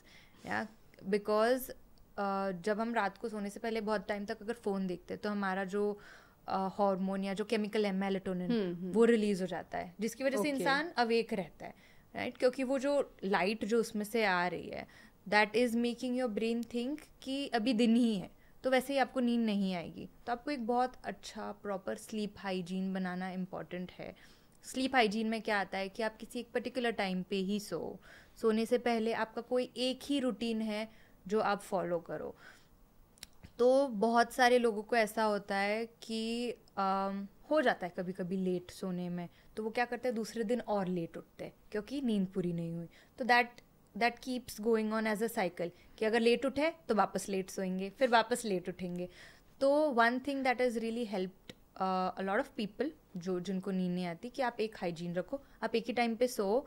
चलो आपसे नहीं सोया गया एक ही टाइम पे, तो आप एक ही टाइम पे उठने की कोशिश करो, ताकि अगर आप उसी टाइम पे उठोगे, आपकी नींद पूरी नहीं हुई है तो दूसरे दिन तो आपको टाइम पे नींद लग जाएगी, राइट? और जो आपका स्लीप हाइजीन होता है वो इस तरीके से होना चाहिए कि जिसमें फ़ोन इन्वॉल्व ना हो, राइट? आप कुछ ऐसा एक्सरसाइज या आप एक हॉट वाटर शावर ले लो जिससे आपकी बॉडी रिलैक्स हो रही है, it is getting ready to wind down, कि अभी उसको कुछ ज़्यादा स्टिम्युलेट नहीं कर रहा है. तो एक टाइम पे सो, कुछ ऐसा करो जो आपकी बॉडी को रिलैक्स करे, थोड़ी रीडिंग करो या कुछ पढ़ो, कुछ सुन लो, कोई पॉडकास्ट वगैरह जहाँ आपकी आइज़ का ज़्यादा इन्वॉल्वमेंट ना हो, जिससे आपकी बॉडी अल्टीमेटली वाइंड डाउन करके सोए, और आप यही रूटीन मेंटेन करोगे तो हो जाएगी बॉडी को आदत. ओके. आता आपण रील्समध्ये वगैरे बघतो की 5 मिनिट्समध्ये तुम्ही स्ट्रेस फ्री होऊन जाल वगैरे, तर ते खरं रिअल लाईफमध्ये पॉसिबल आहे का तेवढं? बिल्कुल पॉसिबल नाही आहे. It is all a myth. It is all about Instagram reach and not about की तुम्ही 5 मिनिट्समध्ये रिकवर होऊ शकता की नाही होऊ शकत. आता ही खूप ट्रेंड आणि फॅड आहे की क्विक फिक्स, राईट, की क्विक सगळ्या गोष्टी लागतात. जर लोकांना दिसतंय की 5 मिनिट्समध्ये माझा स्ट्रेस फ्री होत असेल तर मग मी त्याच्या थ्रूच जाणार, असं त्यांना वाटतं. एक्झॅक्टली, की आता पेशन्स नाही आहे की 5 मिनिटांमध्ये आपण नीट होऊ शकतो, तर मग कशाला 6 महिने आणि 1 तास एवढे द्यायचे काउन्सिलिंगला. पण असं नाही होत. It is very illogical honestly. आणि आता हे जे 5 मिनिट क्विक फिक्स जे टाकतात ते मोस्टली सर्टिफाईड नसतातच. They are doing it for their reach, they are doing it for their Instagram. पण I think we should not fall into these traps as such. म्हणजे ह्यांच्यावरती काही विश्वास नाही होता, आपण सरळ काउन्सिलिंग केलेलं इट्स बेटर की स्वतःच्या मनाने काही करण्यापेक्षा. हां, की कोणी सर्टिफाईड आहे, कोणी हेल्प करू शकतो, जे नॉलेजेबल आहेत त्यांच्याकडं बघा. इथं नका बघू जिथं क्विक फिक्स देत आहेत, म्हणजे काहीतरी घोळ आहे तिथं. ओके. म्हणजे ते सर्टिफाईड पण नसतात ते लोक. हां, मेजरली सर्टिफाईड नसतात, पण जे सर्टिफाईड आहेत आणि ते इंस्टाग्राम रीच साठी ते सगळं टाकतायत, पण त्यांना तुम्ही रीच आउट करा, थेरपीचं विचारा, त्यांचे ॲक्रिडिटेशन विचारा की काय एज्युकेशन झालं आहे, कुठं झालं आहे, सर्टिफिकेशन्स आहेत का. बी वेरी अवेयर कि जिसका तुम इन्फॉर्मेशन ले रहे हो वो इंसान कौन है, क्या पढ़ा है, और वो इन्फॉर्मेशन ऐसी क्यों दे रहा है इन फर्स्ट प्लेस, वो दे सकते हैं क्या, वो सर्टिफाइड है क्या, फिर ही किसी पे ट्रस्ट कीजिए. क्योंकि इन्फॉर्मेशन इतनी सारी है, राइट. और अभी it is very easy phone पे कोई भी इन्फॉर्मेशन या किसी भी चीज़ का सोल्यूशन मिलना, बट वो आपको चूज़ करना पड़ेगा कि आप किसी सर्टिफाइड इंसान से ले रहे हो या ऐसी जिसको नहीं पता कि क्यों है क्या है, पर वो उनके रीच के लिए भेज रहे हैं या डाल रहे, उनसे ले रहे हो. सो इट्स वेरी इंपॉर्टेंट कि आप थोड़ा एनालाइज करो, खुद से सोचो कि आपके लिए क्या अच्छा है. की म्हणजे 5 मिनिट्स रीलमध्ये काही होत नाही, त्याला लॉंग टर्म प्रोसेसच ती आहे, ती फॉलो करावी लागणार आहे. वुमन्स ज्या असतात त्या आपल्या फिलिंग ज्या आहेत त्या रडू शकतात सगळ्यांसमोर, किंवा त्या रडून त्या फिलिंग्स त्या एक्सप्रेस करू शकतात. पण पुरुषांचं तसं नाही आहे. पुरुषांना त्यांच्या फिलिंग ज्या आहेत त्या सहजासहजी एक्सप्लेन करता येत नाही, किंवा त्यांना जरी एखादी गोष्ट हर्ट झाली किंवा ती रडता वगैरे त्यांना तसं येत नाही. मग कसा परिणाम होतो, त्यांनी त्यांचे जे इमोशन्स आहेत ते कसे एक्सप्रेस केले पाहिजे? हा खूप सुंदर प्रश्न आहे, कारण की आता रिसेंटली जेव्हा मी इंडियाचे सुसाईडचे स्टॅटिस्टिक्स बघते, मेजॉरिटी मेन सुसाईड करतात, फिमेल्स कमी करतात. आणि ह्याचमुळं कारण की ते एक्सप्रेस करू शकत नाही, त्यांना कुठलाही सपोर्ट किंवा ते वीकनेस नाही दाखवू शकत की a man is not weak, असं ते कधी नाही दाखवू शकत की if they are going through something, कि इमोशनल कोई प्रॉब्लम हो या कोई भी प्रॉब्लम हो, ऐसे दिखा नहीं सकते. बहुत ज़्यादा स्टिग्मा और शेम अटैच्ड है कि अगर आप मैन हो तो आपको एकदम स्ट्रॉन्ग और फैमिली का प्रोटेक्टर, प्रोवाइडर, यही सारे रोल्स दिखाने पड़ते हैं. तो इसकी वजह से उन पे बहुत ज़्यादा प्रेशर है इन जनरल, फैमिली को प्रोवाइड करने का, उनको सिक्युरिटी प्रोवाइड करणे का. सोसायटीमध्ये पण तशी त्यांची इमेज एक क्रिएट झालेली आहे, मॅन कधीच रडू शकत नाही. त्यांना किती जरी काय जरी वाटलं तरी त्यांना तो रडण्याचा काय म्हणतो त्याला आधी. आणि आपण पण असं आपल्याला पण बघायला पण कधी कधी असं वाटतं की अरे पुरुष असून रडतो, ही आपली पण कुठे ना कुठेतरी एक थिंकिंग आहे, ती आपण कुठेतरी चेंज केली पाहिजे असं एक वाटतं. हाँ, वेरी इम्पॉर्टेंट कि अगर तुम्हें मेन की मेंटल हेल्थ अच्छी रखनी है तो उनको बताने दो उनको क्या प्रॉब्लम है, उनको रोने दो तुम्हारे साथ. उनको मत बोलो कि तुम नहीं रो सकते, बचपन से ही मत बोलो. अगर तुम्हारा बेटा है तो अगर वो रो रहा है तो उसको रोने दो, कोई बुरी बात नहीं है. आप पहले से सिखाओगे कि जो भी इमोशंस है आप एक्सप्रेस करो, और it is okay for men to cry, to tell that they are not okay. तो जब हम एक्सेप्ट करेंगे उन्हें, अपने आप उनके मेंटल हेल्थ इश्यूज़ या वो एक्सप्रेस जो नहीं करते वो कर पाएंगे, उन्हें सेफ फील होगा. नाही तो अभी सिर्फ जजमेंट आता है जब कोई रोता है. आपण काय करतो, फक्त जज करतो की तो मुलगा असून रडतोय. मग हे नसलं पाहिजे. We will have to give them safety and space कि हाँ आप भी इंसान हो, आपके साथ भी डिफ़िकल्ट चीज़ें होती है और आपको भी फील होती है, तो आप बोल सकते हो, रो सकते हो और एक्सप्रेस कर सकते हो. म्हणजे मेंटल हेल्थच्या दृष्टीने मेलनी पण त्यांच्या फिलिंग एक्सप्रेस करणं हे सगळ्यात जास्त गरजेचं इम्पॉर्टंट आहे. ओके. आणि काय डिफरन्स आहे टॉक्सिक रिलेशनशिपमध्ये आणि एक हेल्दी रिलेशनशिपमध्ये? हेल्दी रिलेशनशिपमध्ये तुम्हाला मेजर पार्ट है कि तुम्ही कम्युनिकेट करता है कि ऐसे नहीं होगा कि कोई हेल्दी रिलेशनशिप है तो उसमें झगड़े नहीं होंगे या उसमें आप एक दूसरे पे नाराज़ नहीं होंगे, गुस्सा आप होंगे, आप सब होंगे, पर आप वो एक्सप्रेस करोगे कि मुझे ऐसा फील हो रहा है या मुझे ऐसा ऐसा लगा. प्लस आप आगे वाले इंसान को भी स्पेस दोगे बताने को कि उनको कैसा लगा, कि उनका क्या क्या हो रहा था या उन्हें क्या फील हुआ इस सब में. तो जब आप वो स्पेस बनाते हो जहाँ आप दोनों शेयर कर रहे हो और सेफ्टी है दोनों के बीच में कि आप कुछ भी बता सकते हो, शेयर कर सकते हो, भले ही कितनी भी कोई डिफ़िकल्ट बात हो, तो बहुत सेफ फील होता है. That is a very good sign of a healthy relationship. और आपने सब फॉर एग्जांपल अभी प्री मैरिटल काउंसलिंग बहुत चल रहा है, राइट? क्योंकि उसमें सब डिस्कस होता है थेरेपिस्ट के साथ कि आपके क्या क्या एक्सपेक्टेशंस है आपके पार्टनर से. तो जो भी आपकी एक्सपेक्टेशंस है दोनों की क्लियर हो, और अगर किसी चीज़ पे नहीं है दोनों का कोई एक ओपिनियन तो कोई मिडिल ग्राउंड पे आओ, राइट? तो इट इज़ वेरी इंपॉर्टेंट कि आप सारी चीज़ें डिस्कस करें कि आपके क्या एक्सपेक्टेशन है किसी पार्टनर पे, और आप सारा कम्युनिकेट कर पाए कि बिफोर मैरिज, हाँ, कि आपको ऐसे ऐसे ऐसे ऐसे है या जो भी है, come to a conclusion before getting married, ताकि फिर उसके बाद कोई इश्यूज या कॉम्प्लिकेशंस जब कमिट हो जाओ तब ना आए, right? It is very important to discuss कि आपके फाइनेंसेस के क्या आइडियाज़ है, आपके रिलेशनशिप के क्या आइडियाज़ है, आपके करियर के क्या आइडियाज़ है, आपके बच्चों के क्या आइडियाज़ है, कि क्या होना चाहिए, कैसा होना चाहिए. It has to be very clear and it has to be very, दोनों पार्टनर बहुत अवेयर होने चाहिए दोनों के ये सब क्या परसेप्शंस है, क्या आइडियाज़ है, क्या गोल्स है इस बात पे. म्हणजे ऑल ज्या बाजू आहेत त्या सगळ्या बाजू आधीच बिफोर मॅरेज क्लिअर करायची, पण आता काउन्सिलिंग सुरू केली आहे म्हणजे. हाँ, okay. That defines a healthy relationship कि दोनों का बहुत क्लैरिटी है.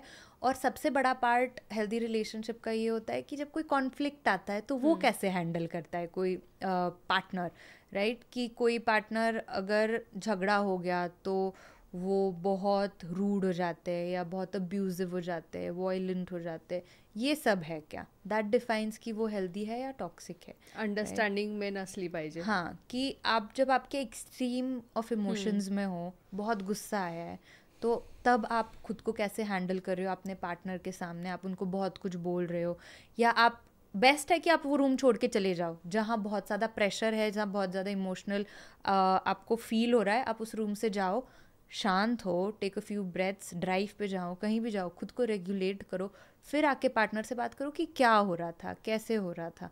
तो जो कॉन्फ्लिक्ट आप जो रिजॉल्व करते हो एज अ कपल, तो उसका बहुत हेल्दी वे होना चाहिए करने का, राइट? दैट ऑल्सो डिफाइंस कि आपकी रिलेशनशिप हेल्दी है, क्योंकि टॉक्सिक होती जाती है अगर वो हेल्दी वे नहीं है, राइट? आप एक दूसरे को अब्यूज़ कर रहे हो या आप एक दूसरे के साथ बहुत वायलेंट हो, तो दैट डिफाइंस कि हेल्दी है, टॉक्सिक है, और हेल्दी कैसे कर सकते हैं. एक्झॅक्टली.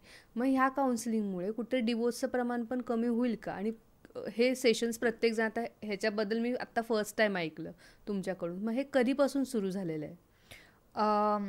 रिसेंटच आहे, झाले 4-5 वर्ष सुरू होऊन, पण एवढा जास्त अजून तर डिमांड नाही आहे, कारण की लोकांना माहितीच नाही, हां, अवेअरनेस नाही आहे की प्री मॅरिटल काउन्सिलिंग करून काय असतं, जिथं दोन्ही पार्टनर जातात, थेरपिस्ट सोबत बसतात आणि डिस्कस करतात की काय आयडियाज आहेत, मॅरेजचे काय आयडियाज आहेत, काय काय पाहिजे, काय नीड्स आहेत, रिलेशनशिप कशी पाहिजे, हे सगळं क्लॅरिफाय होतं, काय पॉईंट्स मॅच करतायत, काय नाही करत, मग त्याचं काय करू शकतो, ही सगळी क्लॅरिटी तिथं भेटून then you take that big decision of getting married. Okay. म्हणजे डिवोर्स जेव्हा आपण फाईल करतो तेव्हा जे एक सेशन्स असतात ते सेशन तुम्हाला फक्त प्री मॅरेज तुम्हाला ते करावं आणि लागतील. Ultimately when there is so much of clarity कि सब कुछ क्लियर है दोनों पार्टनर्स के बीच में कि क्या है कैसे है, तो इट इज़ ईजी कि फिर अगर आगे कोई कॉन्फ्लिक्ट आएगी तो उसको रिजॉल्व करने आ जाएगा, क्योंकि आपको पता होगा कि आगे वाले को क्या चाहिए, कैसे एक्सपेक्टेशन है पहले ही, and you agree to it somewhere and then you get into marriage,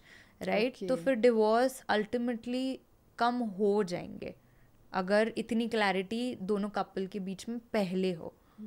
आता हे प्री मॅरेज काउन्सिलिंग वगैरे हे कुठे म्हणजे कंडक्ट केले जातात? कारण ही जी गोष्ट आहे ती मी फर्स्ट टाइम ऐकली आता तुमच्याकडून, आणि ह्याच्याबद्दल अवेअरनेस पण नाही आहे पब्लिकमध्ये. सो ते कसे, आणि आपल्याला जर करायचे असेल तर आपण ते कुठून म्हणजे त्याला आपण हे केलं पाहिजे, अप्रोच केलं पाहिजे? गुगलवर तुम्ही सर्च करा, ऑनलाईन खूप ऑप्शन्स, खूप थेरपिस्ट ऑनलाईन तुम्ही घरी बसून सुद्धा ही थेरेपी घेऊ शकता, वेयर कि आपका जो थेरेपिस्ट है वो ऑनलाइन आपको गूगल मीट या कहीं मिलेगा, आप दोनों वहाँ बैठो, बात करो, वहाँ कुछ टेस्ट्स होंगे दोनों साथ में कि दोनों की क्या एक्सपेक्टेशन है, ये वो सब क्लैरिफाई. तो आप ऑनलाइन आपको बहुत सारे थेरेपिस्ट मिल जाएंगे. प्लस पुणे मुंबई में सब जगह अगर आपको इन पर्सन जाके आमने सामने बात करनी है तो ऐसे बहुत सारे थेरेपिस्ट हैं जो आमने सामने भी ये थेरेपी करते हैं. तो आप जब सर्च करोगे आपको सब कुछ मिल जाएगा. और बेस्ट है कि आप ऑनलाइन करो, क्योंकि आराम से आप जहाँ भी हो आपके रूम में बैठ के ये सब क्लियर आउट कर सकते हो अपने पार्टनर के साथ. म्हणजे आता आधी आपले लग्न ठरल्यानंतर जशा कुंडली जमवल्या जातात तसं आजकालच्या जनरेशनमध्ये हे प्री मॅरेज काउन्सिलिंग करणं पण तितकंच गरजेचं आहे असं मला वाटतंय. कारण फक्त कुंडली मिळून काही होत नाही, तुमचं तेवढी अंडरस्टँडिंग पण असली पाहिजे, तुमच्यामध्ये तेवढं कम्युनिकेशन असलं पाहिजे, आणि तुम्ही ते जेवढ्या चांगल्या पद्धतीने त्या पार्टनरला समजून घ्याल ते पण तितकंच गरजेचं आहे, आणि त्यांनी मे बी कदाचित डिवोर्सचं प्रमाण कमी होण्याचे चान्सेस आहेत. येस मॅम, मला एक मेन डिफरन्स विचारायचं आहे तुम्हाला. पॅनिक अटॅक आणि हार्ट अटॅक याच्यामध्ये मेन डिफरन्स काय आहे? आणि लोक पॅनिक अटॅकलाच हार्ट अटॅक समजतात, सो ते थोडं एक्सप्लेन करा ना.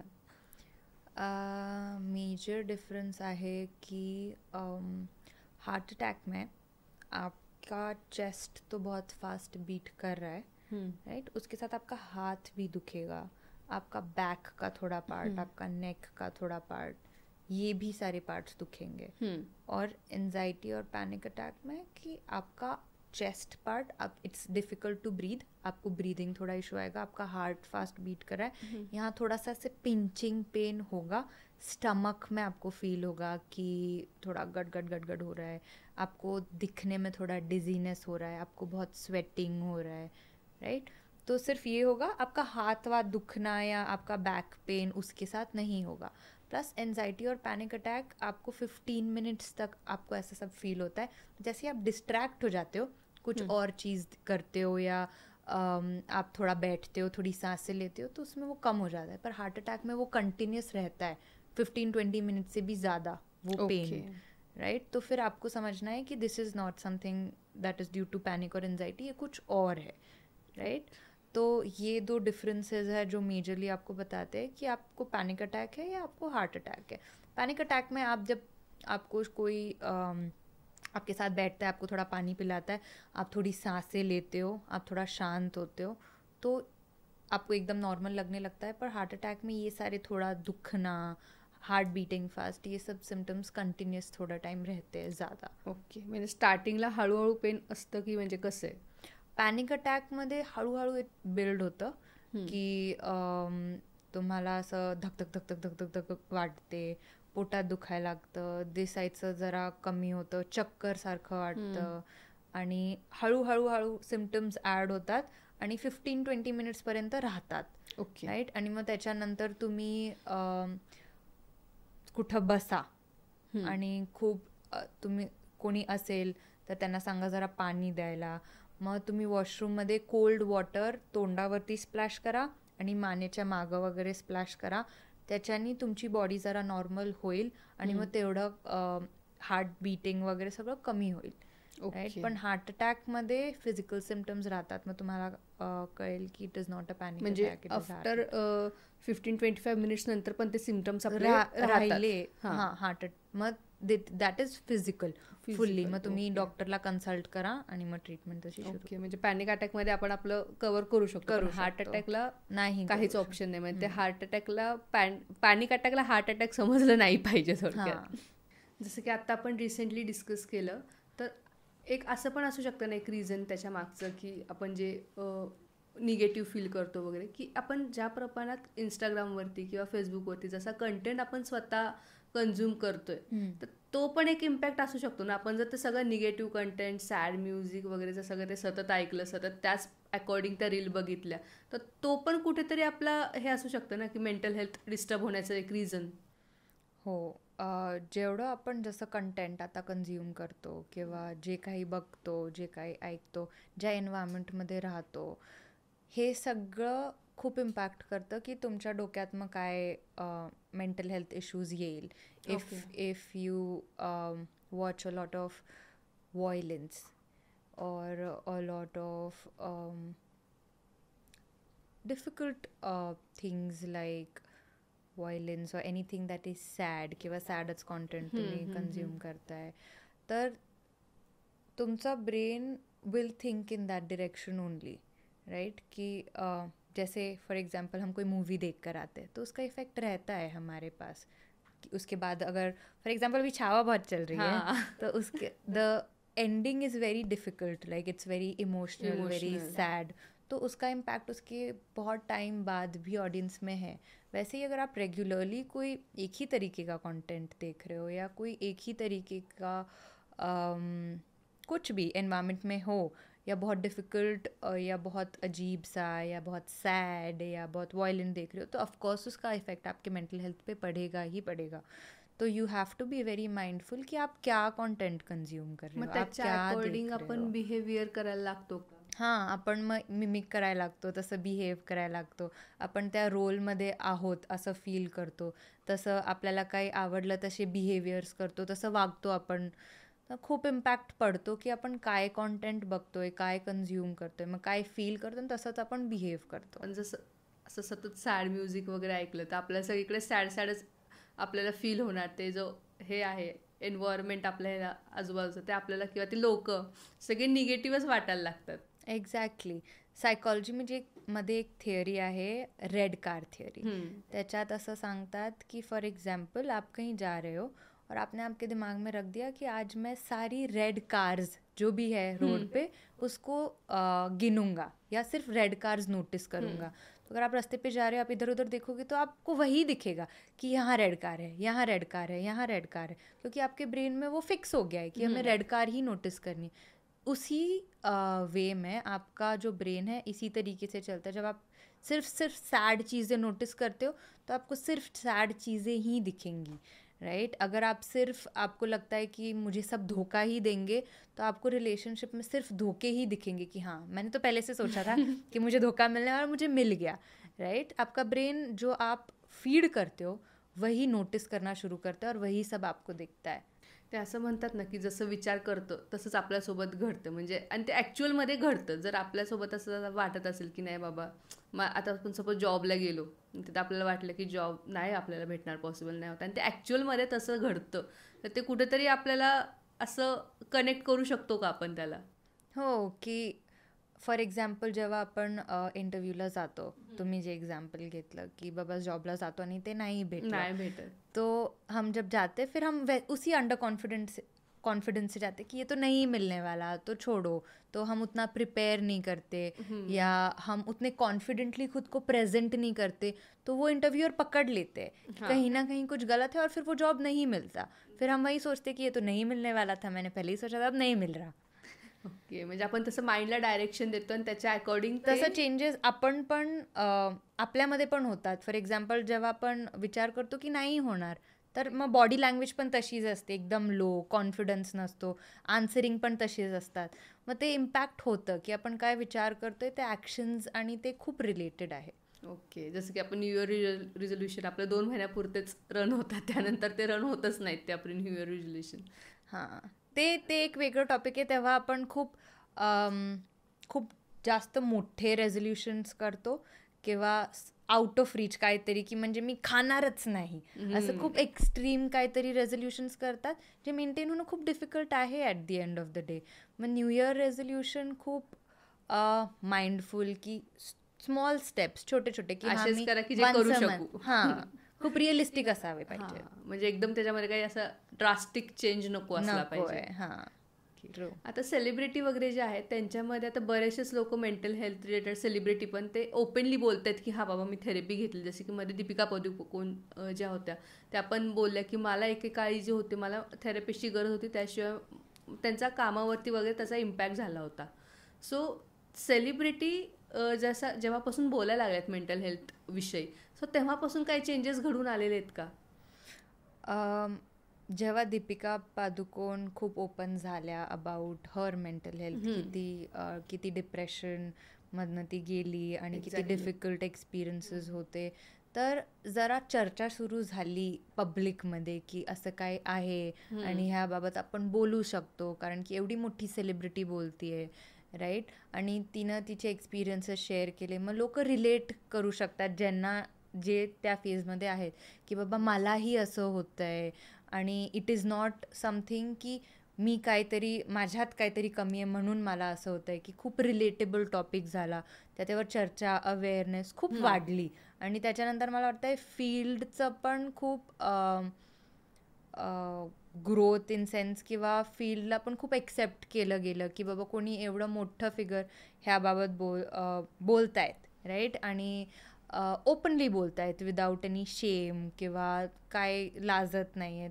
आणि इट इज एक्सेप्टेबल की हां बाबा आहे काहीतरी हे, आणि आपण पण सीक करू शकतो हेल्प किंवा बोलू शकतो की आपल्याला पण असं काहीतरी होतंय.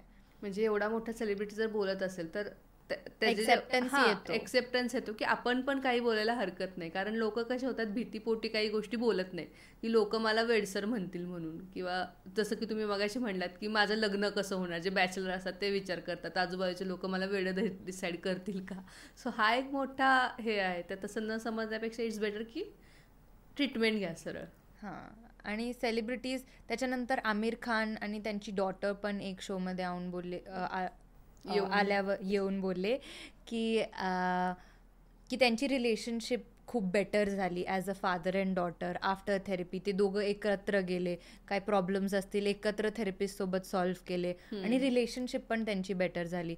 मग एवढे जेव्हा सेलिब्रिटीज ओपनली बोलतात रिलेशनशिप आणि मेंटल हेल्थ इश्यू आणि थेरपी कशी हेल्प करते, मग खूप इम्पॅक्ट होतो पब्लिकवर, जे त्यांना म्हणजे बघतात ॲज रोल मॉडेल की हां बाबा ते बोलू शकतात पण आपण पण बोलू शकतो. हां, खूप एक्सेप्टन्स येतो. मग it's a very good thing. End बहुत अवेयरनेस बढ़ता है, बहुत ज़्यादा ओपनली कॉन्वर्जेशंस होते हैं. तो आय एम ग्लॅड की सेलिब्रिटीज बोलते हैं. मग आता हे असं प्रत्येक वेळेला आपल्याला थेरपिस्टकडे जायचीच गरज असते, कारण कसं होतं कधी कधी आपण स्ट्रेसमुळे पण आपल्याला कधी कधी आपल्याला वाटते की मेंटल हेल्थ डिस्टर्ब झाली आपली.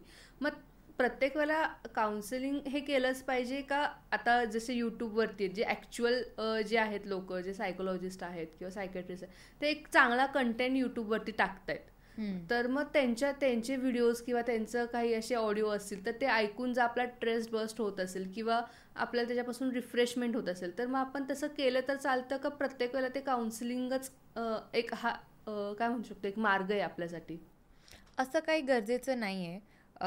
खूप शॉर्ट टर्म इश्यूज किंवा छोटं मोठं काही स्ट्रेस, काही गायडन्स, डिरेक्शन पाहिजे असेल तर हे सगळं कॉन्टेंट कन्झ्युम केलं किंवा हे सगळं बघून इफ यू गेट आन्सर्स तर बेस्ट. कि मग बघा, देखो, समझो, इम्प्लीमेंट करो, प्रैक्टिस करो और उससे अगर हेल्प हो रहा हो तो क्यों नहीं.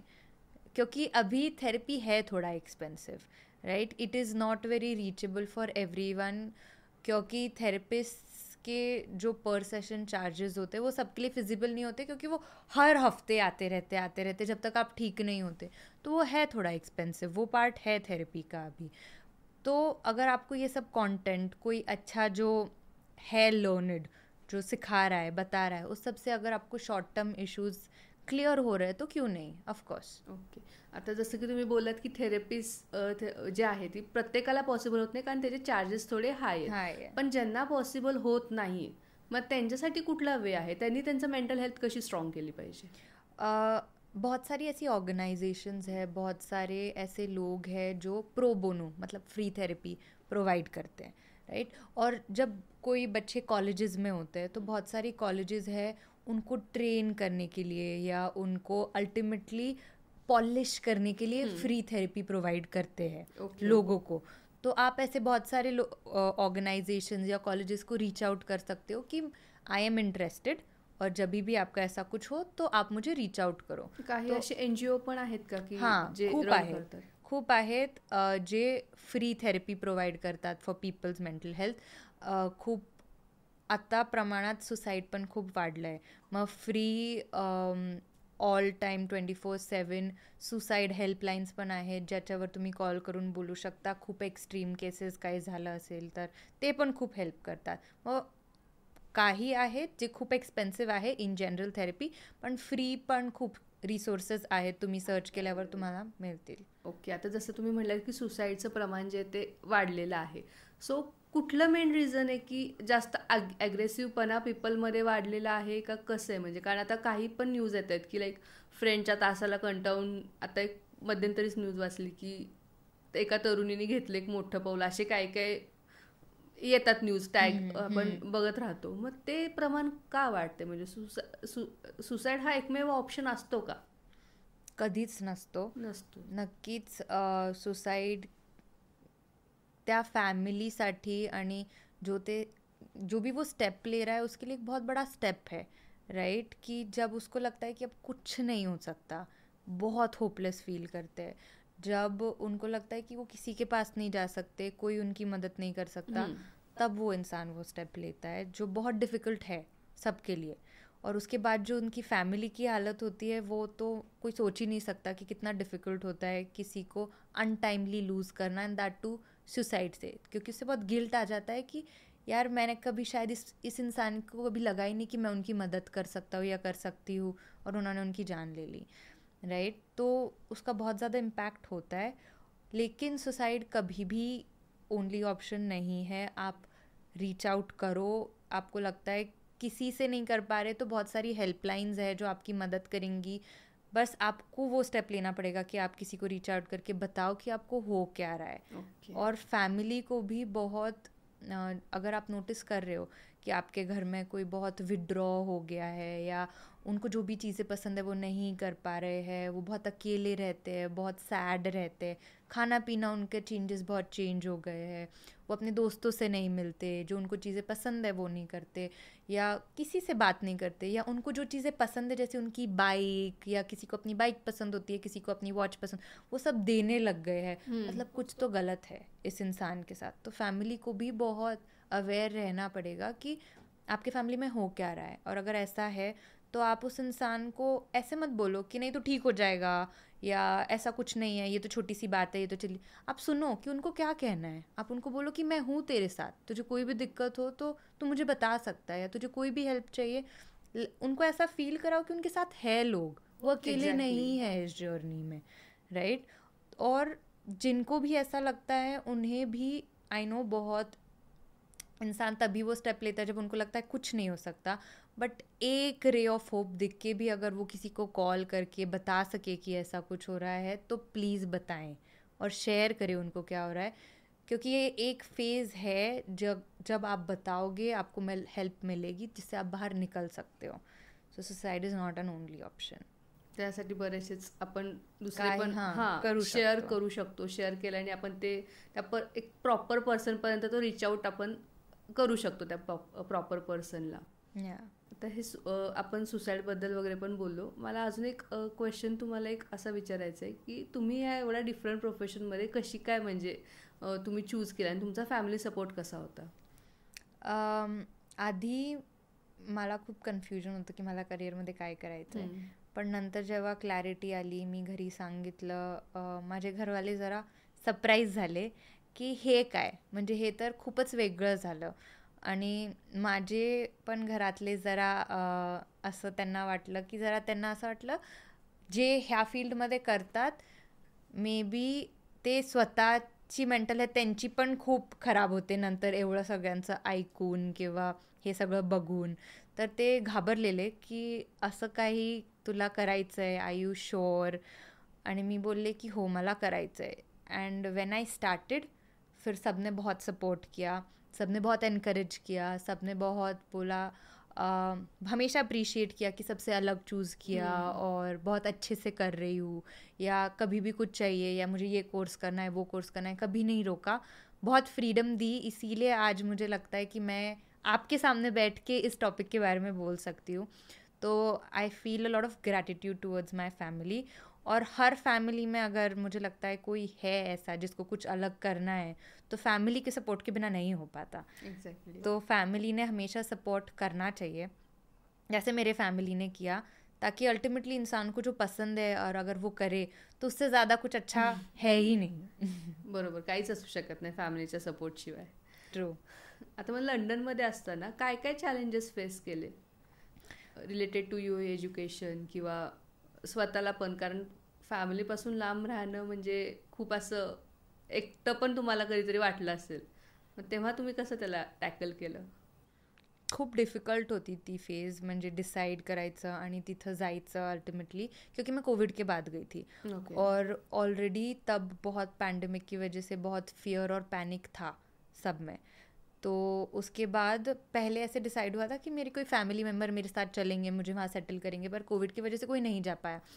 तो जब मैं मुंबई एयरपोर्ट से अकेली फ़्लाइट में 24 kg लगेज लेके जा रही थी, एक तो मेरे में इतने बड़े बड़े बैग्स में पहली बार अकेली पकड़ रही थी, राइट, क्योंकि वो बहुत हैवी था. पर फिर वहाँ से एयरपोर्ट से कि मुझे अभी कहाँ रहना है, कहाँ जाना है, टैक्सी कहाँ मिलती है, या वो सब नेविगेट करना एज अ 22-year-old बहुत डिफ़िकल्ट था.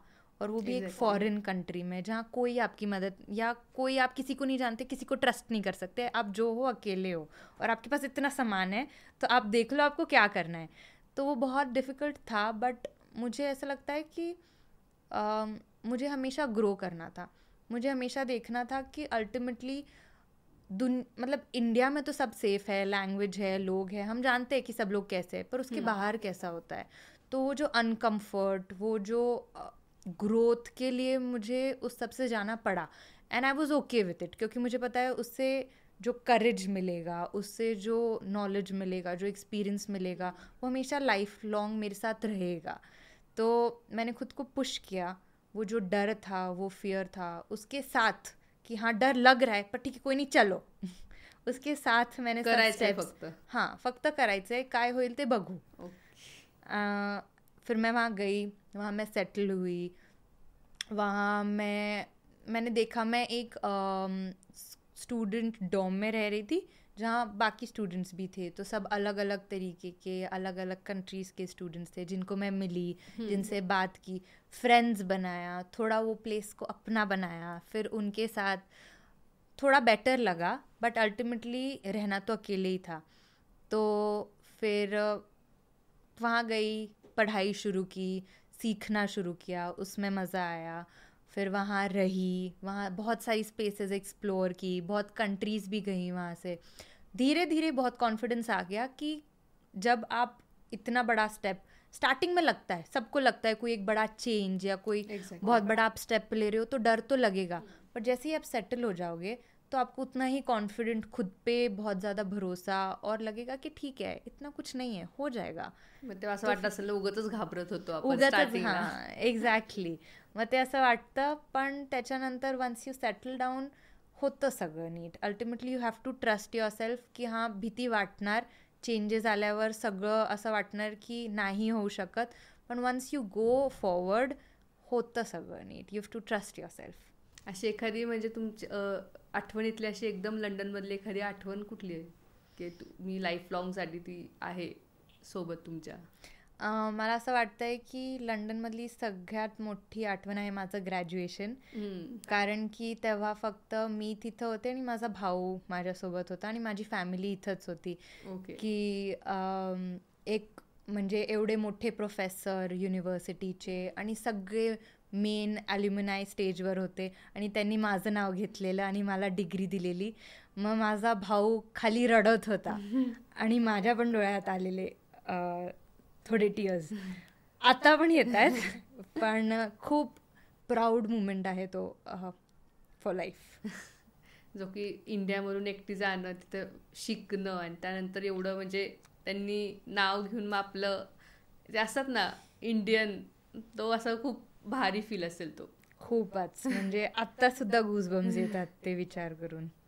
Nice nice. म्हणजे खरंच छान वाटतं आम्हाला पण की एवढं सगळं तुम्ही एकटीने तिथे मॅनेज केलं. हो झालं. म्हणजे फॅमिली सपोर्ट आणि तिथं पण एक कम्युनिटी बिल्ड झाली. टीचर्स पण चांगले होते तिथं. खूप इंडियन्स आहेत करंटली, स्टुडंट्स पण खूप इंडियन आहेत, त्यांचा पण सपोर्ट असतो. मग अल्टिमेटली हे सगळं मिळून एकटं तुम्ही काही नाही करू शकत. वन्स तुमच्या तिथं लागती तुम्हाला लोकांची हेल्प, मग तिथं कम्युनिटी बिल्ड केल्यावर सेटल होतो आणि मग होतं सगळं. मग तिथं सेटल व्हावं असं नाही वाटलं का तुम्हाला? कधीच नाही वाटलं. मला असंच होतं की मला तिथनं काय लेटेस्ट रिसर्च आहे, काय सगळं लेटेस्ट शिकून इंडियामध्ये इम्प्लिमेंट करायचं आहे. इथली कम्युनिटी, कारण की इथं मला जे काही मिळालं आहे सगळं इंडियामध्येच मिळालं आहे. मी इथंच मोठी झाले, मी इथलंच सगळं बघितलं आणि मला आहे ते की whatever I get I have to give back to society ultimately. की मी फक्त घेऊन आणि तिथं शिकून मग तिथनं अजून अर्न करणं हे कधीच गोल नाही आहे. जे पण आपण इतकं लव्ह जे आपल्या कम्युनिटीमध्ये आहे, इतकं सपोर्ट जे आपले फॅमिली मेंबर्स फ्रेंड्स वगैरे करतात, तर आपल्याला काहीतरी इन रिटर्न द्यायला पाहिजेच. तर माझं ते क्लिअर होतं की मी सगळं शिकून I will have to give back and I have to give back to my community and my country. तुम्ही किती वर्ष होता तिथे टोटल? मी 1 वर्ष होते. 1 वर्षाचा कोर्स होता, मग मी पूर्ण करून प्रॅक्टिस वगैरे इंडियामध्येच. हां अल्टिमेटली. ओके. म्हणजे फक्त जायचं, शिकायचं, रिसर्च वगैरे जे काय आपले असतील सगळं बघायचं, मग परत इथे येऊन इम्प्लिमेंट करायचं. ओके. म्हणजे हा गोल तुमचा सेट होता. हो. ओके. त्यासोबत तुम्ही चाइल्ड डेव्हलपमेंटवरती पण हे केलंय, मास्टर्स केलेलं आहे? हां, मी तिथं चाइल्ड डेव्हलपमेंट शिकले, कारण की मला आहे खूप इंटरेस्ट आधी तरी म्हणजे लर्न करायचं की काय कसं असतं. बिकॉज जसं मी तुम्हाला आधी सांगितलं, जे पण मेंटल हेल्थ इश्यूज स्टार्ट होतात ते आपल्या चाइल्डहुडपासूनच, की काय कसं झालं आहे त्याच्यावरनंच सगळं डिसाईड होतं की पुढं मेंटल हेल्थ कशी असणार आहे.